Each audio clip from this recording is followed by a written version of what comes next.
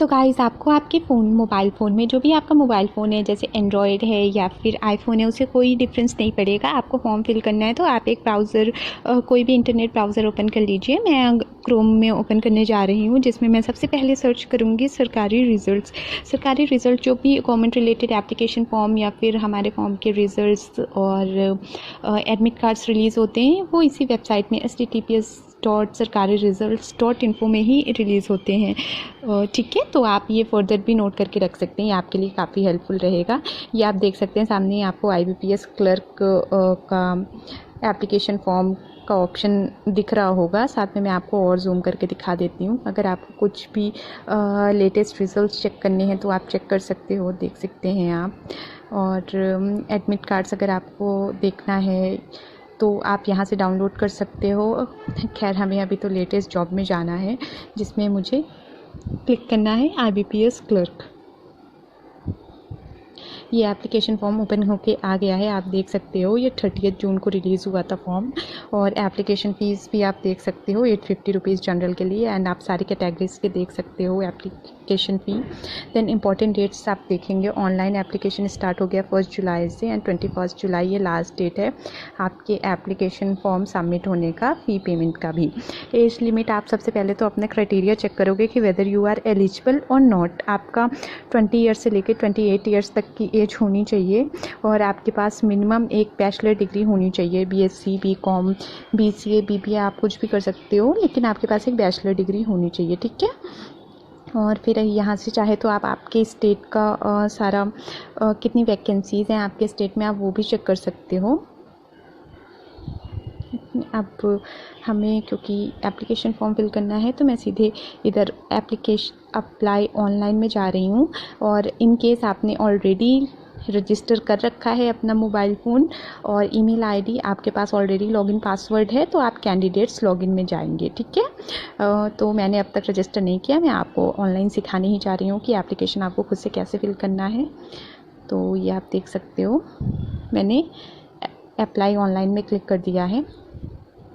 This website is viewable only in landscape mode. तो आपको परेशान होने की ज़रूरत नहीं है, ऐसा नोटिफिकेशन आएगा, लेकिन आपको सिंपल अपने फ़ोन में क्या करना है, आपको लैंडस्केप मोड ऑन कर लेना है, मतलब फ़ोन रोटेट कर देना है, राइट। क्योंकि स्क्रीन थोड़ी बड़ी चाहिए ना, आज लैपटॉप कंप्यूटर्स में बड़ी स्क्रीन होती है, लेकिन हमारे फ़ोन में इतनी बड़ी स्क्रीन नहीं होती है। इस रीज़न से ये आपका लैंडस्केप मोड में ही विजिबल रहेगा।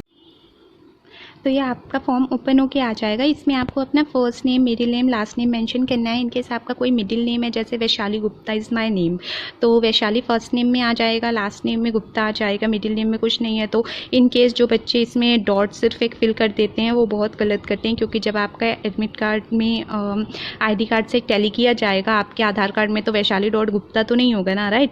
तो आपको फिर एग्ज़ाम नहीं देने दिया जाएगा। सो आपको अगर मिडिल नेम नहीं है आपका तो आप उसे ब्लैंक छोड़ दें, आपको कुछ भी वहाँ पे मेंशन करने की ज़रूरत नहीं है, जैसे मैंने किया है। अब देखिए मेरा फुल नेम वैशाली गुप्ता ही मेंशन होके आ रहा है, ठीक है। फर्स्ट नेम मैंने फिल किया है, फिर कंफर्म फर्स्ट नेम में मैंने सेम मेंशन किया है। देन लास्ट नेम भी मैंने फुल किया है। अब मोबाइल नंबर मेंशन करना है, तो मैं यहाँ पे डमी नंबर मेंशन करने जा रही हूँ, 10 × 8।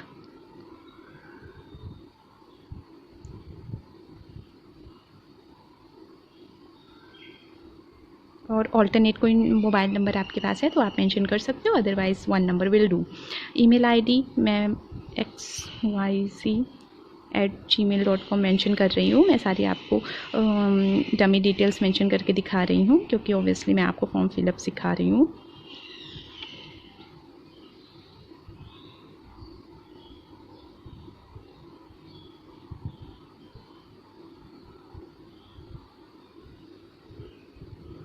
आई होप आपको ये विजिबल होगा। ये आप देख सकते हो xyz@gmail, आपका जो भी डोमेन हो आप यहाँ से सेलेक्ट कर सकते हो। मैंने Gmail सेलेक्ट किया है। और फिर ये कैप्चा जो है सिक्योरिटी कोड, ये आपको मेंशन करना है। ये सब स्मॉल लेटर्स में ही हैं, तो मैं स्मॉल लेटर कर ले रही हूँ। और इनकेस आपके में कैपिटल लेटर आए या फिर आपको ये समझ नहीं आता तो आप यहाँ से इसे चेंज भी कर सकते हो, जो साइकिल का साइन दिया है। ठीक, अब ये हमने डिटेल्स फिल कर लिया है। अब मैं सेव एंड नेक्स्ट कर रही हूँ। अब इसमें पॉपअप एक आएगा कि श्योर जो भी आपने डिटेल्स मेंशन किया है रजिस्ट्रेशन के लिए वो कम्प्लीटली करेक्ट है और नॉट। अगर आप एक बार ओके कर देते हो तो आपका same mobile number email ID register हो जाता है, फिर वो चेंज नहीं हो सकता, राइट। तो यही मैं आपको शुरू में बता रही थी कि आपके पास अगर ऑलरेडी रजिस्टर आपने कर रखा है तो आपके पास एक इस तरह लॉगिन आईडी एंड पासवर्ड होगा, जिससे आप कभी भी ये लॉगिन कर सकते हो। अपना फॉर्म फिलअप की डिटेल्स आपको एज इट इज़ मिल जाएंगी। जैसे मान लीजिए अभी मेरा इंटरनेट चला जाता है तो मैं ये ID and password again fill करूँगी तो मेरी बेसिक इन्फॉर्मेशन उसमें रहेगी, मुझे फिर से फिल करना नहीं पड़ेगा। तो ये फ़ायदा होता है। अब मैं बाकी की डिटेल्स यहाँ पे मेंशन कर देती हूँ। जैसे इसमें स्कैन फोटोग्राफ ऑफ कैंडिडेट मांगा गया है, तो मैं फाइल मैनेजर में जाती हूँ।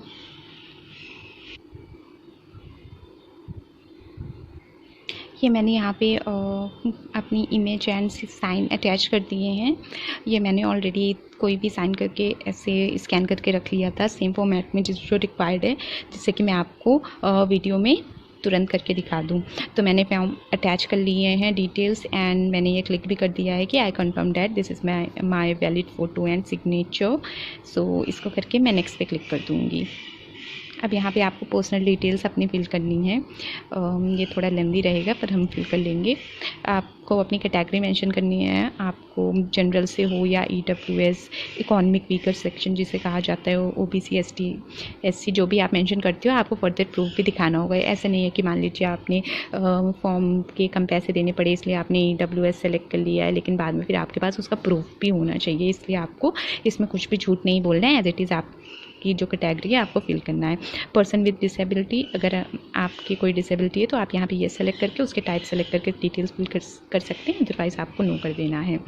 ठीक है, फिर इसके बाद इसमें मोस्टली डिटेल्स देखिए ये ऑलरेडी नो हो चुके हैं, तो यहाँ पे आपको कुछ करने की ज़रूरत नहीं पड़ेगी। फिर एक सर्विसमैन कैटेगरी का फिर ये जो है Are you a child family member of those who died in 1984, right. So इसमें भी नो मेंशन कर दूंगी मैं, क्योंकि मैं इसमें से बिलोंग नहीं करती हूँ। अगर आप हैं तो आप कर सकते हैं, ठीक है। फिर माइनॉरिटी कम्युनिटी, फिर एक सर्विसमैन, अगर आप हैं तो आप ये इसमें सेलेक्ट करेंगे, पर मैं नहीं हूँ इसलिए मैं नो पे क्लिक कर रही हूँ, ओके। फिर अगर आप ये पे सेलेक्ट करते भी हैं तो यहाँ पे आपको पूरा अपना डिटेल्स फिल करना पड़ेगा कि आप कब तक वहाँ पे थे वर्किंग, और फिर सारी डिटेल्स, ठीक है। और फिर dependent of serviceman killed in actions की, मतलब किसी सर्विसमैन के डिपेंडेंट हैं आप जो कि अब इस दुनिया में नहीं रहे, किल्ड इन एक्शंस हैं, तो आप इसमें नो पे मेंशन कर देंगे। अगर आप हैं तो आप मेंशन कर सकते हैं येस। इन केस अगर आप यहाँ पे मेंशन करेंगे येस तो आपको ये सारी डिटेल्स फिल करनी पड़ेंगी।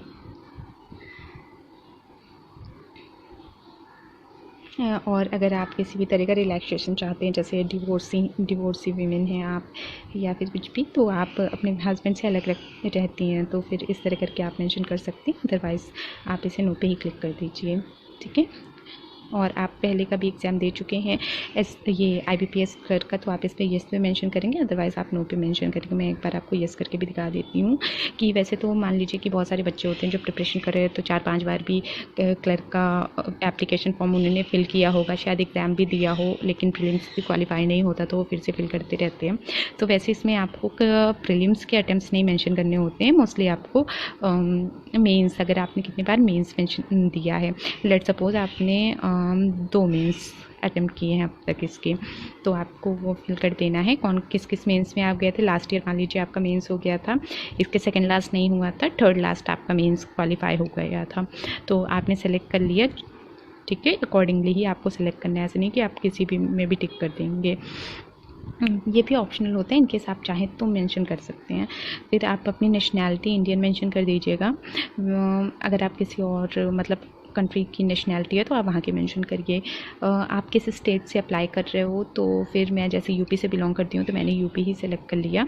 आप जिससे बिलोंग करते हैं आप वो सेलेक्ट कर सकते हैं। फिर प्राइमरी एग्ज़ाम सेंटर आपको जो चाहिए, देखिए यूपी में इतने सारे सेंटर्स हैं, तो आपको जो सेलेक्ट करना है आप वो सेलेक्ट कर सकते हैं। मुझे सेलेक्ट करना था जो सबसे फर्स्ट ऑप्शन दिखा, आगरा एंड प्रयागराज, मैंने वही सेलेक्ट कर लिया।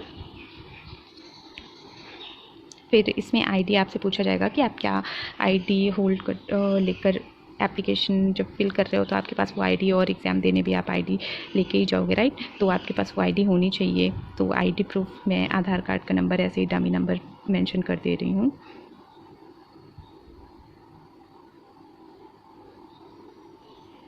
और मैंने इसमें आधार कार्ड ही सेलेक्ट कर लिया। बाकी आपके पास आधार कार्ड नहीं है तो आप अपना जो भी चाहे वो डिटेल्स मेंशन कर सकते हैं।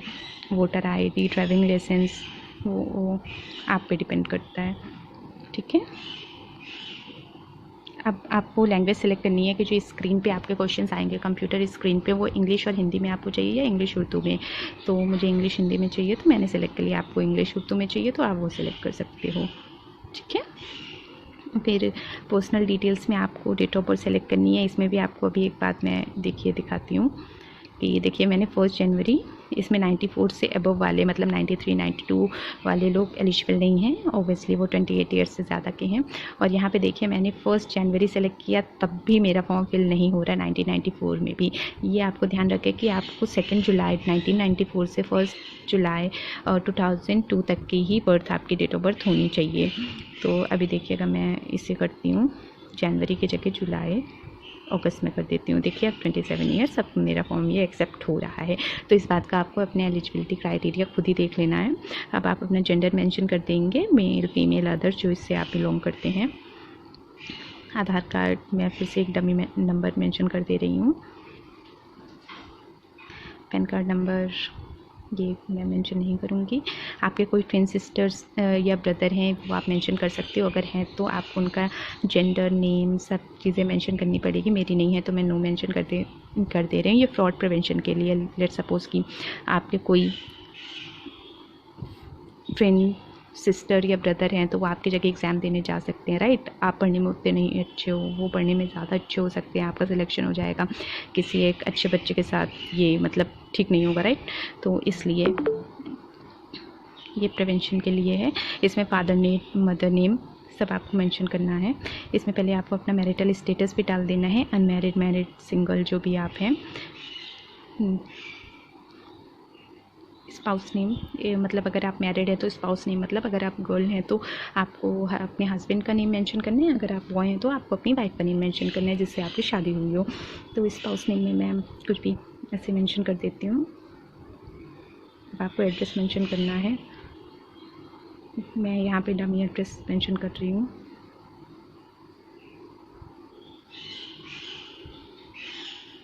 बनी फतेहपुर। ये स्टेट मैं यूपी का ही सेलेक्ट कर ले रही हूँ। And pin code 212601। And district भी मैं फतेहपुर डाल देती हूँ। आप अपना इस एड्रेस इस तरह मेंशन करते हैं। अगर आपका जो यहाँ पे परमानेंट एड्रेस है वो करस्पॉन्डेंस एड्रेस सेम नहीं है तो आपको यहाँ पे डिफरेंट एड्रेस मेंशन करना है। अदरवाइज़ आपको जो आपका परमानेंट एड्रेस है और करस्पॉन्डेंस एड्रेस है वो अलग मेंशन करना है, अदरवाइज़ वो सेम ही रहेगा, ठीक है। फिर GST इनवॉइस वैसे तो कुछ आता नहीं है, लेकिन इन केस की आगे भी जाके आप फॉर्चुनेटली सोचिए कि आपका ऑफर लेटर आ रहा है, सब ज्वाइनिंग लेटर आ रहा है तो आपके परमानेंट एड्रेस में आए, कम्युनिकेशन एड्रेस में आए, वो आपको अपने अकॉर्डिंग सेलेक्ट कर लेना है। अब यहाँ पे मैंने सारी डिटेल्स मेरे अकॉर्डिंग फिल कर लिया है, मुझे लग रहा है सही है तो मैं वैलिडेट योर डिटेल्स कर दे रही हूँ। क्योंकि मैंने सारी डिटेल्स अच्छे से फिल किया है इसलिए ये वेरीफाइड सक्सेसफुली आ रहा है। अभी मैं बीच में आपको कुछ डिटेल्स मिस करके भी दिखाऊंगी कि फिर ये वेरीफाइड नहीं होता है। 7 नेक्स्ट पे कर दिया।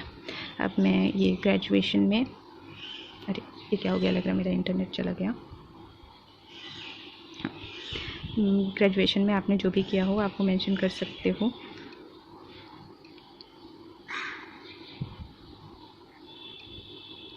ग्रेजुएशन के आपके परसेंटेज आप मेंशन कर सकते हो, ठीक है। इसके बाद आपने जो पोस्ट ग्रेजुएशन आपको प्रोफेशनल कोर्सेज जैसे होते हैं MBA, MCA जो भी आपने किया वो आप मेंशन कर सकते हो।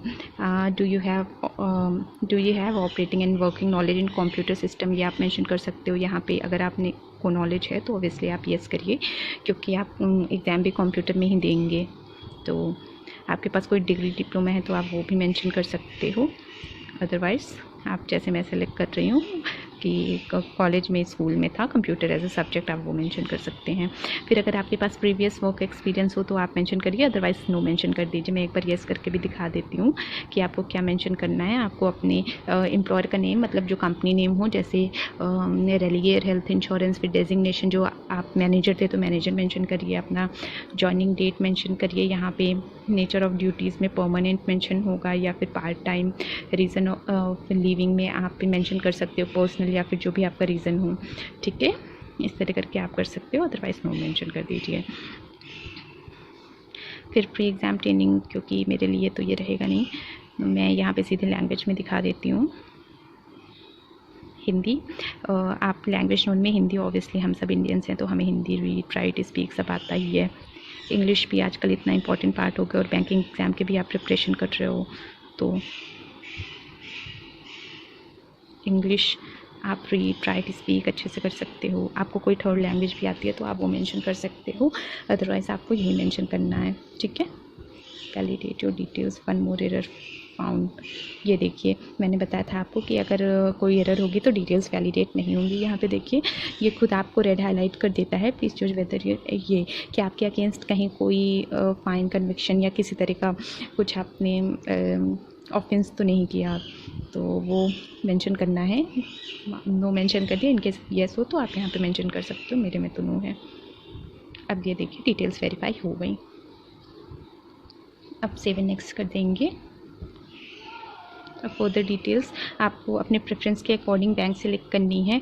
सेलेक्ट आपको सारी बैंक्स करनी है। लेट सपोज कि किसी बच्चे को चाहिए कि मैं फिर से अनचेक करके बता देती हूँ, किसी बच्चे को चाहिए कि नहीं मेरा सिलेक्शन हो जाएगा तो मैं इंडियन बैंक में ही सबसे पहले ज्वाइन करना चाहता हूँ, इंडियन बैंक की, तो वो फर्स्ट नंबर पे इंडियन बैंक रख सकता है। इस तरह आपको अपने अकॉर्डिंग सारे बैंक सेलेक्ट कर लेने हैं।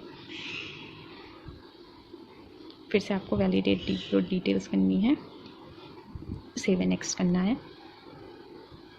यहाँ पे जो भी फॉर्म फिल हुआ है वो सब मेंशन होके आ गया। आपको डिटेल्स क्लियर अच्छे से चेक करनी है कि आपने जो भी डिटेल्स, आपका आधार कार्ड नंबर, आपका नेम, आपके पेरेंट्स का नेम, स्पाउस का नेम, आपका एड्रेस सब ठीक से मेंशन है कि नहीं। इन केस नहीं है तो आप बिल्कुल भी फॉर्म आगे प्रोसेस नहीं करिएगा। आपको चेंजेस के लिए आप कर देना, क्योंकि मेरी सारी डिटेल्स सही है इसलिए मैं I confirm that my name fill by me application exactly matches with my ID कर दूँगी। इनकेस सही नहीं है तो आपको ये मेंशन करना है कि वो ठीक नहीं है, लेकिन मैं डॉक्यूमेंट का एक प्रूफ ले आऊँगी एग्ज़ाम देते टाइम, ठीक। अब फिर ये कंप्लीट रजिस्ट्रेशन करना है आपको। एक बार अगर आपने इसमें क्लिक कर दिया, लेट सपोज बाई चांस आपने के नेम में कुछ एरर थी, आपने चेक नहीं किया और आपने नेक्स्ट कर दिया, तो भी आपका यही एप्लीकेशन फॉर्म माना जाएगा। फिर आप ऐसा नहीं आप कह सकते हो कि नहीं मैंने एप्लीकेशन फिल करते टाइम गलती कर दी थी, क्योंकि आपने यहाँ पे मेंशन नहीं किया, ठीक। अब यहाँ पे लेफ्ट थंब इम्प्रेशन और हैंड डिक्लेरेशन सेलेक्ट करना है।